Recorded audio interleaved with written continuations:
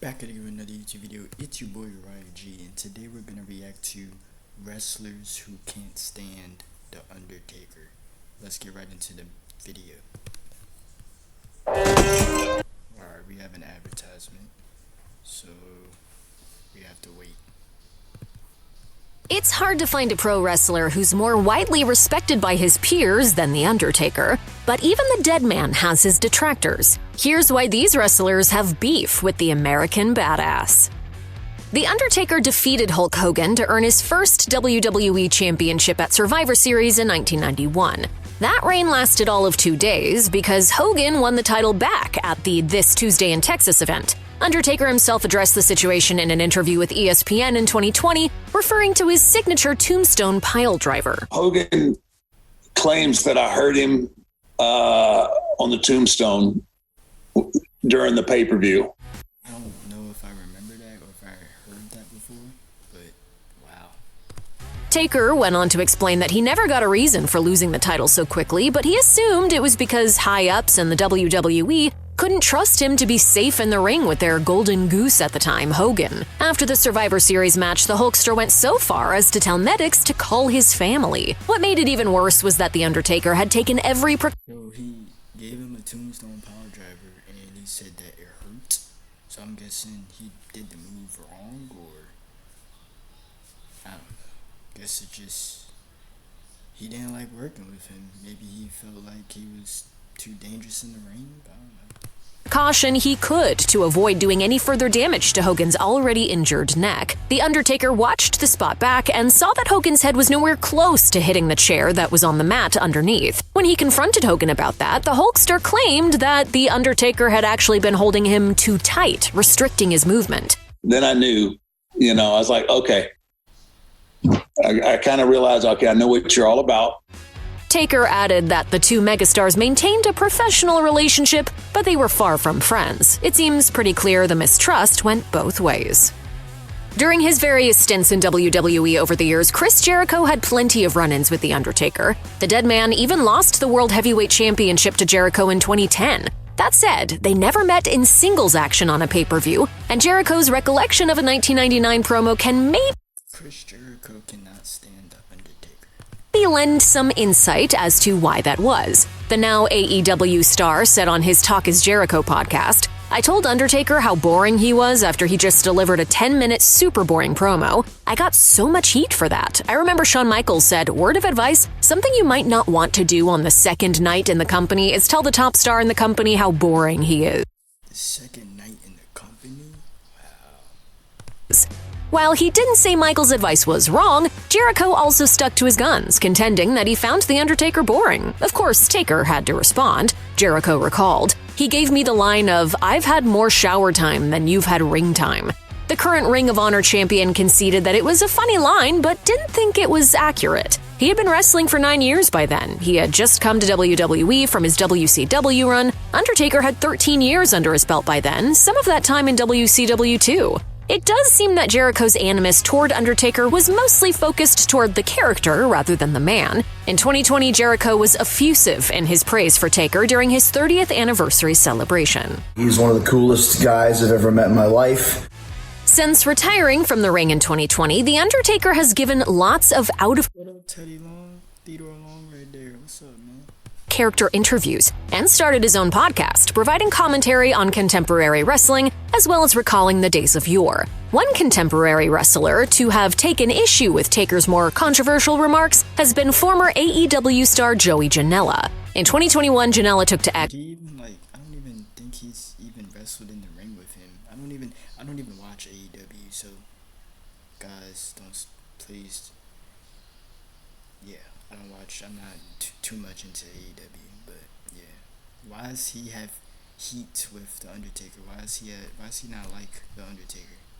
Formerly Twitter, and riffed on remarks made by the dead man about wrestlers playing video games in the locker room. He wrote, "I'm gonna buy a PlayStation 5 and immediately bury it in the dirt to show my allegiance to the legends of locker room past." Janela would continue in that vein in 2022, responding to Taker's comments that today's wrestlers lack grit. Janela Playing video games in the locker room.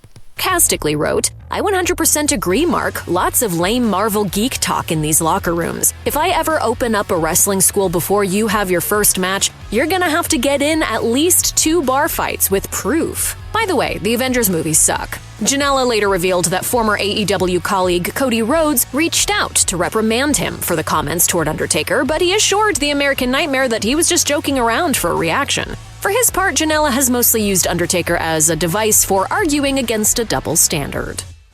After about 5 years with the company, WWE released Paul London in November 2008. He spoke extensively I actually had a Paul London action figure.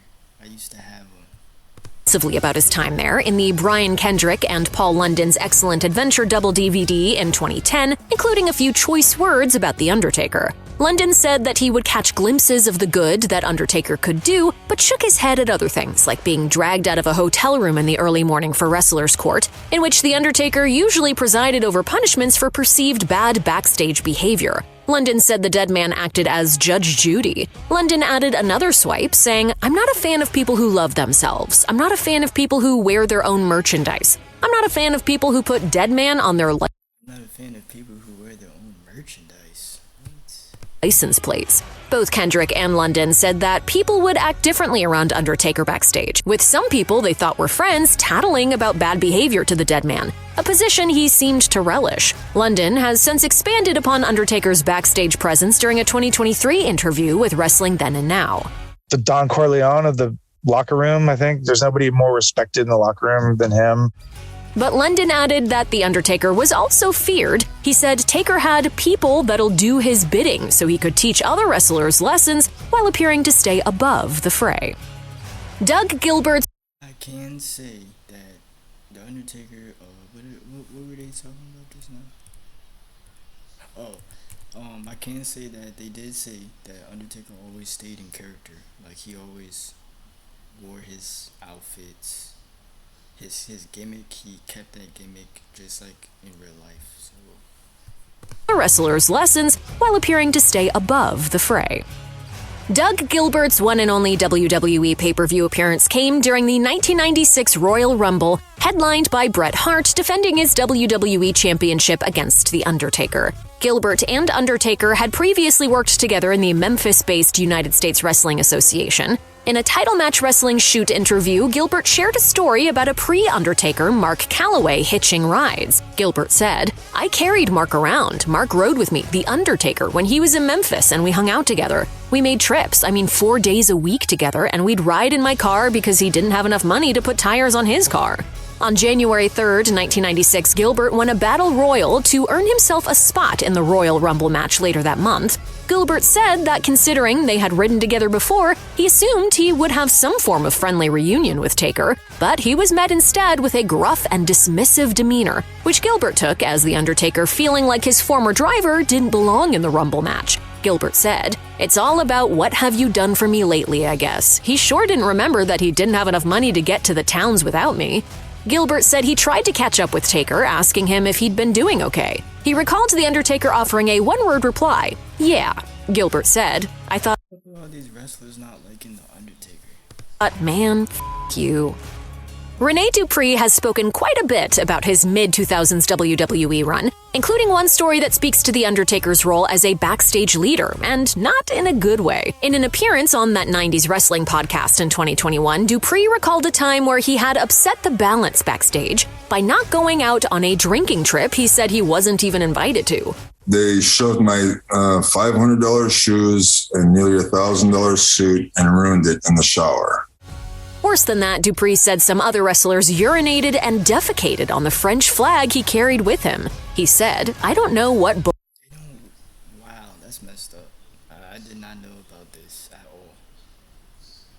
all. world you live in, but in my world, that's called racial discrimination. That was really hurtful." Dupree said he first went to producer Arn Anderson, who advised him to just let it go. Then he went to The Undertaker. He surmised from their conversation that Taker had been behind the whole thing to teach him a lesson. Dupree left WWE at his own request in July 2007.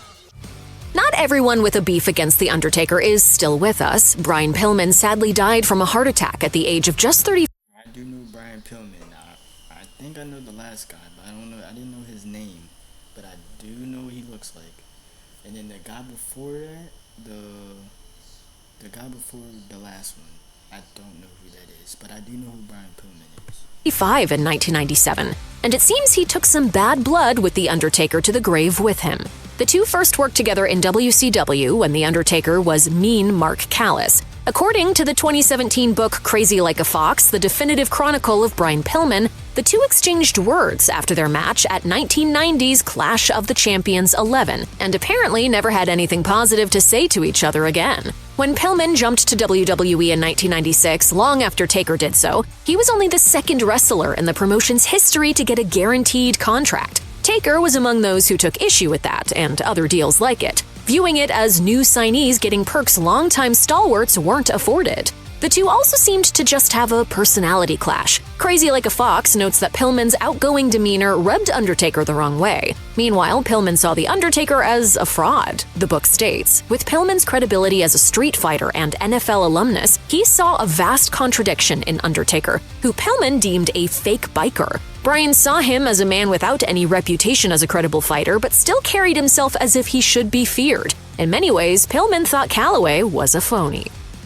Chris Kanyon also died young. He tragically took his own life in 2010 at the age of only 40. He had long struggled with his closeted homosexuality in a sport rooted in the trappings of masculinity. Kanyon was likewise another WCW star who made his way to WWE, coming to the latter company after WWE bought out WCW in 2001.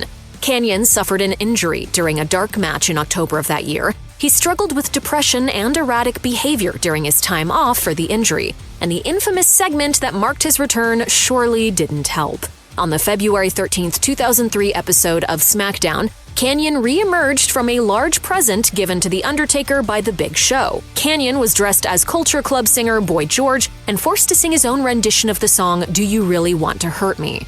The segment ended with Taker hitting Kanyon with several audibly stiff chair shots, I don't even know this at all, this segment over, so... including one unprotected to the head. Kanyon was released by WWE a year later. In his memoir, he said that he believed the segment to be a joke about his sexuality. He also accused the company of releasing him because he was gay. The Undertaker has since... Well, at least he put in his book how he felt. I mean, if he got released because of that, well, that's kind of messed up, but... I don't know too much about that wrestler. Yeah, I know too much about Chris Kanyon. I don't really know much about him. Addressed the Kanyon rumors, denying he was even aware of the fact he was gay, while accepting that the chair shots were dangerous. And I had to sing, and it's brutal. I don't sing well. Tracy Smothers worked just about everywhere in wrestling, including with a pre-Undertaker Mark Calloway in Memphis. The late veteran was very vocal about the way he felt the former Mean Mark had changed over the years. Smothers accused The Undertaker, along with Shawn Michaels, of having a hand in his departure from WWE in 2000. And he claimed he wasn't the only one to get that treatment. In a 2018 interview with Hannibal TV, Smothers said, "Yeah, back then, I guess you take it personal, you do, especially when they screw you over. But I guess in that spot, guys think they've got to be paranoid. But I've heard some stuff Undertaker's done, you know. He used to have a smile on his face all the time. But I guess in that spot, in that position, you know they think everybody's against them." Smothers recalled an incident backstage between an unnamed developmental wrestler and The Undertaker. He said, "It was some kind of meeting. Undertaker was there, something or whatever. His cell phone went off. I guess Undertaker got pissed about it, and I think he tried to make amends with him or something. Bought a real nice bourbon or something, but he got him fired." I learned some new stuff about, some of these new wrestlers, because I don't, Yeah, that was wrestler. This was a nice video, okay? This was wrestlers who can't stand The Undertaker, okay? You guys tell me what you guys want to see next in the comments down below. I got more videos coming, stay tuned. And yeah, more videos coming, and Uriah out.